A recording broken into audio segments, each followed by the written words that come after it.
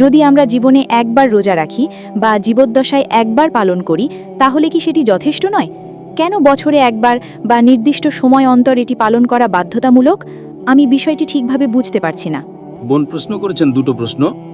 1 নম্বর, অন্যদের সাহায্য করা কেন ভুল? বোন, কোরআনে কোথাও বলা হয়নি যে অন্যদের সাহায্য করা ভুল। অন্যদের সাহায্য করা ভালো। যদি আপনি অন্যদের সাহায্য না করেন তবে আপনি ভুল করবেন। আমার নাম ফাইরুজ হাসনা কারিমা এবং আমি কিউংহি বিশ্ববিদ্যালয়ের একজন ছাত্রী। আসলে আমি আপনাকে কিছু প্রশ্ন করতে চাই। এগুলো যদি আপনার কাছে ভিন্ন ধর্মী বা অপ্রচলিত মনে হয় সেজন্য আমি দুঃখিত, কারণ আমি কেবল বিষয়গুলো নিয়ে ভাবছি। আমার প্রথম প্রশ্ন হলো, আপনি কেন মনে করেন যে একজন মানুষের জন্য, বিশেষ করে একজন মুসলিমের জন্য, জীবনে শুধু ভালো কাজ করা, অন্যদের ক্ষতি না করা এবং সৃষ্টির প্রতি সদয় হওয়াই যথেষ্ট নয়? আমি এমন অনেক মানুষকে চিনি যারা আল কুরআন অনুসরণ করার দাবি করে, কিন্তু তারপরও তারা অন্য মানুষ এবং আল্লাহর অন্যান্য সৃষ্টির প্রতি অন্যায় আচরণ করে। আমার মনে হয় আল্লাহর সৃষ্টির প্রতি ভালো হওয়া অবশ্যই গুরুত্বপূর্ণ, কিন্তু যদি কেউ আল্লাহর প্রকৃত নির্দেশনা অনুসরণ না করে তবে বিষয়টি কিছুটা অসম্পূর্ণ থেকে যায়। আরেকটি প্রশ্ন হলো, আপনি কেন মনে করেন যে আমাদের মুসলিমদের জন্য কেবল অন্তরে ঈশ্বরে বিশ্বাস রাখা যথেষ্ট নয়? আমরা তো নিজেদের মধ্যে ঈশ্বরের প্রশংসা করতে পারি, তার প্রতি কৃতজ্ঞতা প্রকাশ করতে পারি, তাহলে আমরা নিজেদের মতো করে প্রার্থনা করতে পারি না কেন? কেন প্রার্থনা অবশ্যই সালাতের নির্ধারিত রূপেই হতে হবে? এবং আমার শেষ পয়েন্ট হলো, বোন, একবারে একটা প্রশ্ন। আপনি যদি 4-5টা প্রশ্ন করেন উত্তর দেওয়া কঠিন। ওকে। বোন দুটো প্রশ্ন করে ফেলেছেন। প্রথম প্রশ্ন হলো, কেন কিছু মুসলিম খারাপ কাজ করে? কেন আপনারা শুধু ভালো কাজ করতে পারেন না এবং খারাপ কাজ না করে থাকতে পারেন না? এটাই প্রথম প্রশ্ন। এবং এটা কি আবশ্যক যে যখন আমরা প্রার্থনা করি তখন আমাদের একটা নির্দিষ্ট নিয়মে প্রার্থনা করতে হবে? কেন আমরা আমাদের পছন্দ মতো প্রার্থনা করতে পারি না? এটাই প্রশ্ন। প্রথম প্রশ্নের ব্যাপারে, কেন অনেকে যারা বলে যে তারা মুসলিম তারপরও খারাপ কাজ করে? বোন, কোরআন আপনাকে এমন একটা কথাও বলে না যা খারাপ। আপনি কোরআনের একটা আয়াত দেখান আমাকে যা মানবতার বিরুদ্ধে। এমন একটা শিক্ষা নেই ইসলামে। কোরআন বা সহিহ হাদিসে এমন একটা শিক্ষাও নেই যা মানবতার বিরুদ্ধে। এমন কিছু মুসলিম থাকতে পারে যারা কোরআন অনুসরণ করছে না এবং ভুল কাজ করছে। যেমন ধরুন, কোরআন বলে প্রতারণা করো না, এমন অনেক মুসলিম আছে যারা প্রতারণা করছে। কোরআন বলে প্রতিবেশীদের কষ্ট দিও না, প্রতিবেশীদের সাহায্য করো, তারা প্রতিবেশীদের কষ্ট দিচ্ছে। তো বোন, এই হলো খারাপ উদাহরণ। এটা সেই একই উত্তর যা আমি আগে দিয়েছিলাম, যে অনুসারীদের দেখে ইসলামকে বিচার করবেন না। যেমন ধরুন, একটা স্কুলে, খুব বিখ্যাত একটা স্কুলে, কিছু ছাত্র ক্লাসে প্রথম হয়, কেউ সেকেন্ড ক্লাস পায়, কেউ থার্ড ক্লাস পায়, কেউ ফেল করে। আপনি কি এর জন্য স্কুলকে দোষ দিতে পারেন? না। কিছু ছাত্রকে তো ক্লাসে প্রথম হতে হবে, কাউকে তো ফেল করতে হবে। তো এটা আবশ্যক। তাই যারা ফেল করেছে তারা পাশে সার্টিফিকেট পাবে না, কিন্তু তারা সেই স্কুলের ছাত্র। ঠিক না ভুল? ঠিক। একইভাবে যারা নিজেদের মুসলিম বলে এবং তারা ভুল কাজ বা খারাপ কাজ করে তারা পাশের সার্টিফিকেট পাবে না, তারা সেই স্কুলের খারাপ ছাত্র। কিন্তু আপনি কি এর জন্য স্কুলকে দোষ দিতে পারেন? না, আমি পারি না। প্রত্যেক স্কুলে ভালো ছাত্র এবং খারাপ ছাত্র থাকে, প্রত্যেক স্কুলে। এখন আপনার প্রশ্নের দ্বিতীয় অংশে আসছি, যে কেন আমরা ঈশ্বরকে আমাদের ইচ্ছা মতো ধন্যবাদ দিই না? কেন শুধু প্রার্থনার মতো একটা নির্দিষ্ট উপায়েই ধন্যবাদ দিতে হবে? অথবা আপনি জিজ্ঞেস করতে পারেন যে শুধু ভালো হওয়াই যথেষ্ট নয়। কোরআন বলে সূরা আল আসর অধ্যায় নম্বর 103 আয়াত নম্বর 1 থেকে 3-এ, এখানে 4টি শর্ত আছে যে কোনো মানুষের জান্নাতে যাওয়ার জন্য। আচ্ছা। ওয়াল আসর ইন্নাল ইনসানা ফি খুসর ইল্লা আল্লাযিনা আমানু ওয়া আমিলুস সলিহাতি ওয়া তাওয়াসাউ বিল হক ওয়া তাওয়াসাউ বিস সাবর। সময়ের কসম, মানুষ অবশ্যই ক্ষতির মধ্যে রয়েছে, তারা ছাড়া যাদের ঈমান আছে, যারা সৎ কাজ করে, যারা মানুষকে সত্যের উপদেশ দেয় এবং যারা মানুষকে ধৈর্য এবং অবিরাম চেষ্টার উপদেশ দেয়। শুধু ঈমান নয়, ঈমান মানে ঈশ্বরে বিশ্বাস করা যথেষ্ট নয়। আপনাকে নেক কাজও করতে হবে। ডাকাতি করা উচিত নয়, প্রতারণা করা উচিত নয়, অন্যদের সাহায্য করা উচিত। দ্বিতীয়টি হলো, প্রথম হলো ঈমান, বিশ্বাস, দ্বিতীয় হলো সৎ কাজ, তৃতীয় হলো মানুষকে সত্যের উপদেশ দেওয়া, মানুষকে সঠিক পথে ডাকা, এবং চতুর্থ হলো মানুষকে ধৈর্য এবং অবিরাম চেষ্টার উপদেশ দেওয়া। যদি এগুলোর কোনোটিও বাদ পড়ে, সাধারণ পরিস্থিতিতে আপনি জান্নাতে যাবেন না। আচ্ছা। যেমন ধরুন, আপনি বলতে পারেন এমন মানুষ আছে যারা খুব ভালো, প্রতারণা করে না, ডাকাতি করে না, অন্য মানুষকে সাহায্য করে, খুব সত্যবাদী, কিন্তু তাদের বিশ্বাস নেই, তারা ঈশ্বরকে ধন্যবাদ দিচ্ছে না, অথবা তারা ভুল ঈশ্বরকে ধন্যবাদ দিচ্ছেন। এমনকি তারাও জান্নাতে প্রবেশ করবে না, এমনকি তারাও স্বর্গে যাবে না। কেন? কারণ 1 নম্বর হলো আমাদের স্রষ্টাকে ধন্যবাদ দেওয়া মানুষের সাহায্য করার চেয়ে বেশি গুরুত্বপূর্ণ। যেই স্রষ্টা আপনাকে সৃষ্টি করেছেন, যেই স্রষ্টা আপনাকে জীবন দিয়েছেন, যেই স্রষ্টা আপনাকে এই সমস্ত সুবিধা দিয়েছেন, আপনি তাকে ধন্যবাদ দিচ্ছেন না এবং আপনি তাকে অপমান করছেন। এটা বড় পাপ মানুষকে অপমান করার চেয়ে। তাই 1 নম্বর হলো প্রথম বোঝা এবং অনুভব করা স্রষ্টা কে এবং তাকে ধন্যবাদ জানানো, যেভাবে তাকে ধন্যবাদ জানানো উচিত। যেমন ধরুন, আপনি বললেন কেন আমরা সেভাবে প্রার্থনা করব যেভাবে আমরা করি। হ্যাঁ, কেন? বেশ, এখন আপনাকে প্রশ্ন করছি, আল্লাহ আমাদের সৃষ্টি করেছেন, তিনি সেরা, যিনি আপনাকে বলতে পারেন কিভাবে তার কাছে প্রার্থনা করা উচিত। আজ আমি বলবো যে আমি হয়তো এক পায়ে দাঁড়িয়ে প্রার্থনা করতে চাই, আমি অমুকভাবে প্রার্থনা করতে চাই।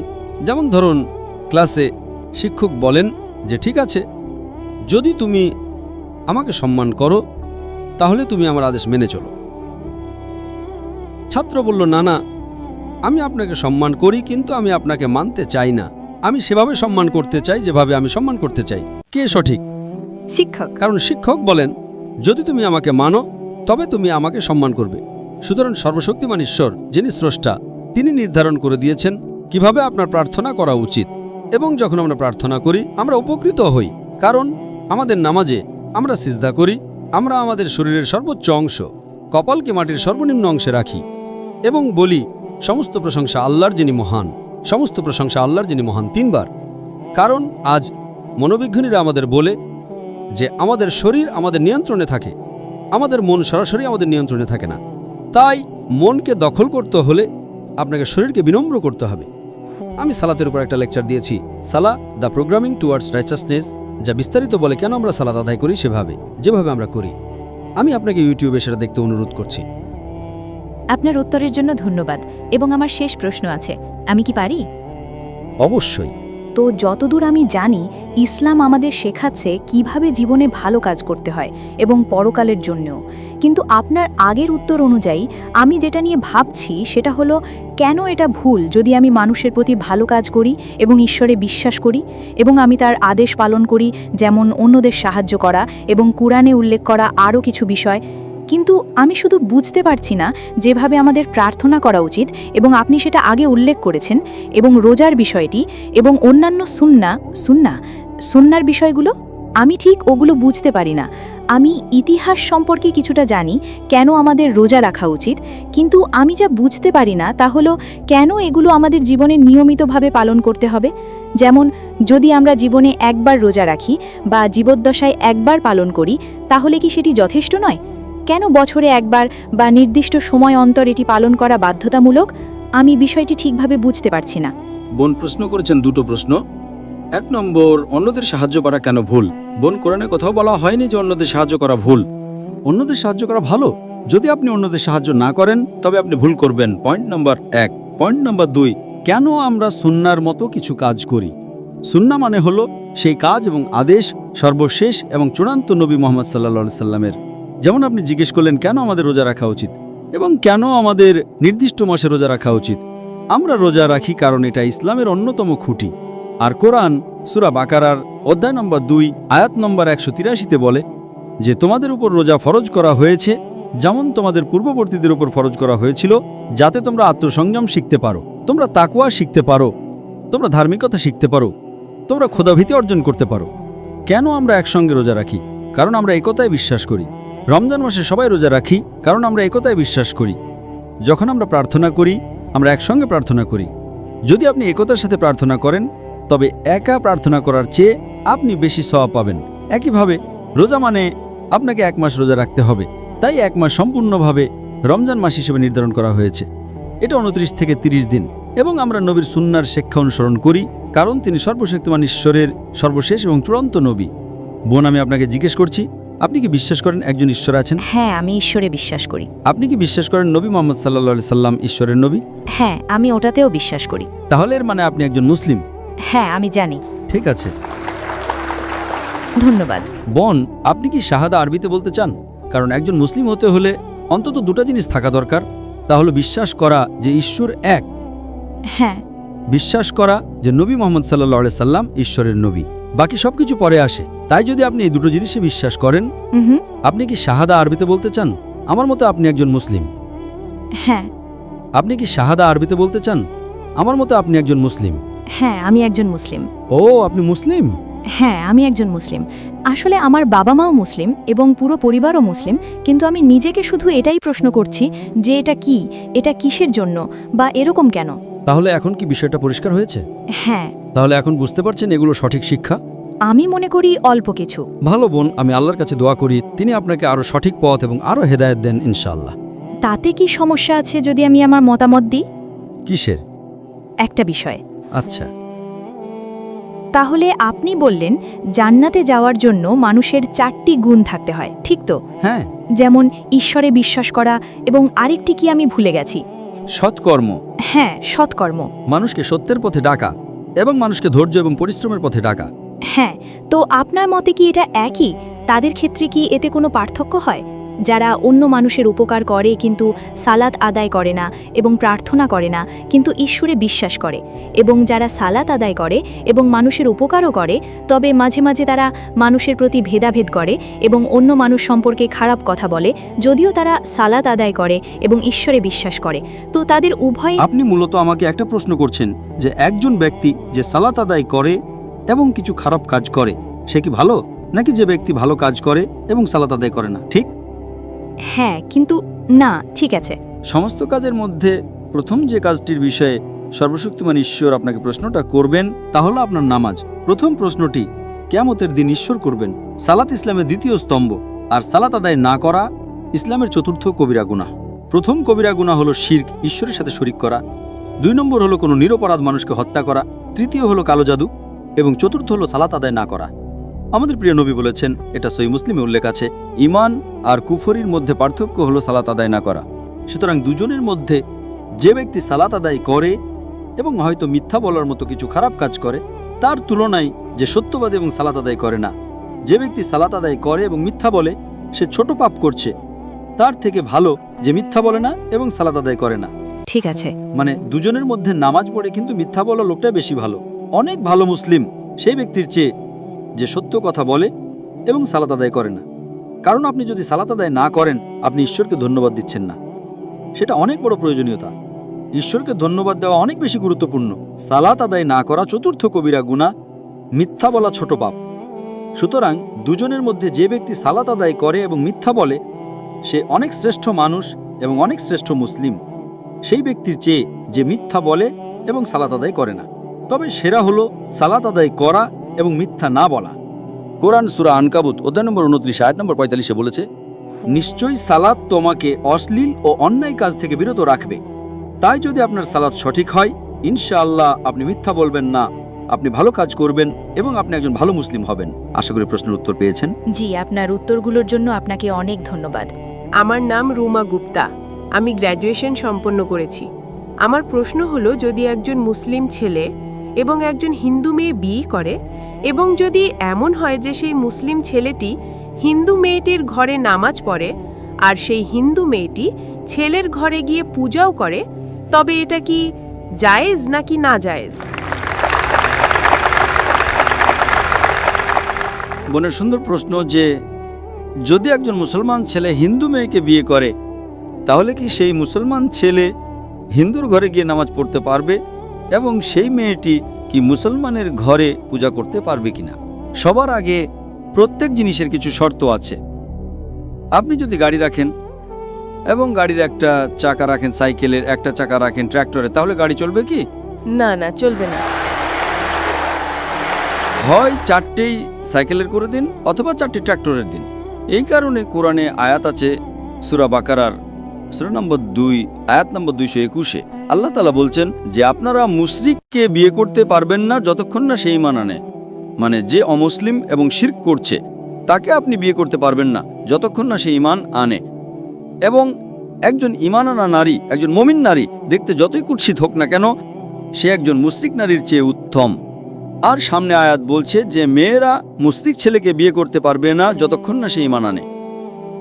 একজন মুমিন ব্যক্তি দেখতে যতই কুৎসিত হোক না কেন সে তার চেয়ে উত্তম যে শিরক করে। এর কারণ হলো ইসলামে লেখা আছে যে যদি আপনি খোদা ছাড়া অন্য কাউকে পূজা করেন, অন্য কারো ইবাদত করেন, এটা সবচেয়ে বড় পাপ। এবং আল্লাহ তাআলা বলছেন সূরা নিসাতে সূরা নম্বর 4 আয়াত নম্বর 48-এ এবং সূরা নিসা সূরা নম্বর 4 আয়াত নম্বর 116-তে যে আল্লাহ সুবহানাহু ওয়া তাআলা যদি চান তবে যে কোনো পাপ ক্ষমা করতে পারেন, কিন্তু শিরক কখনো ক্ষমা করবেন না। যদি একজন মানুষ মুশরিক অবস্থায় মারা যায় তবে আল্লাহ সুবহানাহু ওয়া তাআলা কখনোই তাকে ক্ষমা করতে পারেন না, কারণ মুশরিক সেই ব্যক্তি যে শিরক করে, এবং এটা সবচেয়ে বড় পাপ। কারণ আমাদের স্রষ্টা, আমাদের মালিক, আমাদের ঈশ্বর, আমাদের খোদা, আমাদের ভগবান, যদি আমরা তাকে গালি দিই এটা সবচেয়ে বড় পাপ। যিনি এই দুনিয়ায় আমাদের এই সব কিছু দিয়েছেন, আমাদের এই সব কিছু দিয়েছেন, যদি আমরা তাকে গালি দিই, তিনি ছাড়া অন্য কারো ইবাদত করি, এটা শিরক হলো। তো তা ইসলামে অনুমতি নেই যে একজন মুসলিম ছেলে বা মেয়ে কোনো মুশরিক ছেলে বা মেয়েকে বিয়ে করবে, এই অনুমতি নেই। যেখানে প্রশ্ন হলো যে একজন সাধারণ মুসলমান হিন্দুর ঘরে নামাজ পড়তে পারে কিনা, যদি তার সামনে কোনো মূর্তি না থাকে, তবে সে যে কোনো জায়গায় নামাজ পড়তে পারে যদি জায়গাটা পরিষ্কার হয়। আমাদের রাসূল মুহাম্মদ সাল্লাল্লাহু আলাইহি সাল্লাম বলেছেন যে পুরো পৃথিবী, পুরো জমিন মুমিনের জন্য মসজিদ, অর্থাৎ পুরো দুনিয়ার আপনি যেখানেই নামাজ পড়তে পারেন দেখতে হবে যে পরিষ্কার আছে, আপনি নামাজ পড়তে পারেন। তো এটা আপনি যদি হিন্দুর ঘরে যান আর সেটা পরিষ্কার থাকে, সামনে কোনো মূর্তি না থাকে, তবে নামাজ পড়াতে কোনো সমস্যা নেই। এটা জরুরি নয় যে আপনাকে বিয়ে করতে হবে তবেই আপনি নামাজ পড়তে পারবেন, বিয়ে করার দরকার নেই। নামাজ পড়ার আছে, যদি পরিষ্কার জায়গা হয় তবে কোনো সমস্যা নেই। তাই বিয়ের জন্য শর্ত হলো যে দুজনেরই ঈমান থাকতে হবে।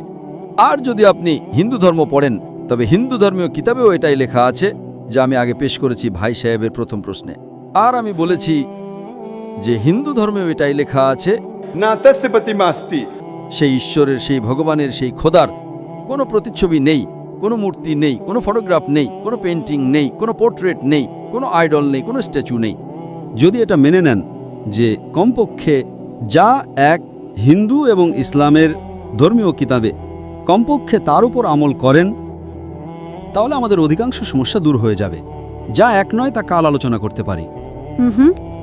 আর যদি গবেষণা করেন, হিন্দু ধর্মের কিতাব পড়েন এবং ইসলাম ধর্মের কিতাব পড়েন, উভয়টিতে লেখা আছে খোদা এক, উভয়টিতে লেখা আছে যে খোদার কোনো প্রতিচ্ছবি নেই, উভয়টিতে লেখা আছে যে খোদা ছাড়া অন্য কারো ইবাদত করা উচিত নয়, উভয়টিতে লেখা আছে যে শেষ পয়গম্বর মুহাম্মদ সাল্লাল্লাহু আলাইহি সাল্লাম, উভয়টিতে লেখা আছে যে মদ পান করা উচিত নয়। আমি সূত্র দিতে পারি, আর আমি একটা লেকচার দিয়েছি ইসলাম ও হিন্দু ধর্মের মধ্যে সাদৃশ্য, ইসলাম ও হিন্দু ধর্মের মিল। দুটো কিতাব আপনি যদি পড়েন, কোরআন মাজিদে সূরা মাইদা সূরা নম্বর 5 আয়াত নম্বর 90 লেখা আছে যে মদ পান করা হারাম। अब मनुस्मृति অধ্যায় নম্বর 9 শ্লোক নম্বর 225 পড়বেন, তাতে লেখা আছে মদ পান করা হারাম। কোরআনে লেখা আছে সূরা মাইদা সূরা নম্বর 5 আয়াত নম্বর 3, সূরা বাকারা সূরা নম্বর 2 আয়াত নম্বর 173, সূরা আনআম সূরা নম্বর 6 আয়াত নম্বর 145 এবং সূরা নাহাল অধ্যায় নম্বর 16 আয়াত নম্বর 115-তে हुर्रिमत अलैकुमुल मैततु वद्दमु वलामुल खिनजीर वमा उहिल्ला लिगायरिल्लाह बि, যে আপনাদের জন্য হারাম মৃত মাংস, রক্ত, শূকরের মাংস এবং সেই খাবার যার উপর আল্লাহ ছাড়া অন্য কারো নাম নেওয়া হয়েছে। আপনি হিন্দু ধর্মীয় কিতাব পড়বেন, তাতেও লেখা আছে যে শূকরের মাংস খাওয়া হারাম। যদি আপনি গবেষণা করেন, অনেক সাদৃশ্য আছে। ইসলাম ধর্মীয় কিতাবে লেখা আছে কোরআনে সূরা নূরে সূরা নম্বর 24 আয়াত নম্বর 30 এবং 31-এর মধ্যে হিজাব সম্পর্কে। আর নারীকে আলহামদুলিল্লাহ হিজাবে থাকা উচিত, মাথা থেকে ঢাকা থাকা উচিত তার শরীর, শুধু যা দেখা যেতে পারে তা হলো মুখমণ্ডল এবং হাতের তালু পর্যন্ত।